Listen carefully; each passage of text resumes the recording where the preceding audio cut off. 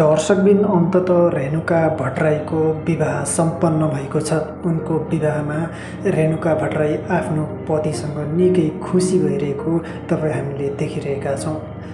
रेणुका भट्टराईको विवाहमा विभिन्न क्षेत्रबाट लोकदोहोरी क्षेत्रका कलाकार तथा विभिन्न कलाकारहरूको निकै नै जमघट छ, जसमा टिकटकर भट्टराई कृष्ण आदि जस्ता सम्पूर्ण कलाकारहरूको एकदमै बाक्लो उपस्थिति छ।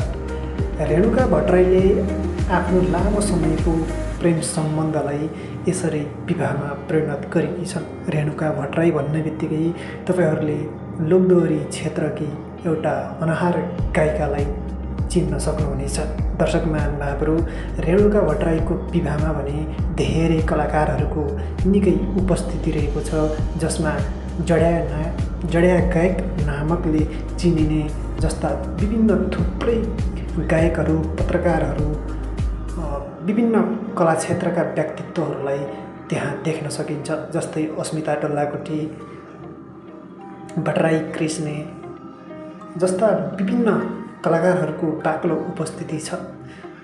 खैर जे होस्, रेणुका भट्टराईलाई वैवाहिक जीवनको हार्दिक मङ्गलमय शुभकामना व्यक्त गर्दछौँ। यहाँको वैवाहिक जीवन निकै सुख र निकै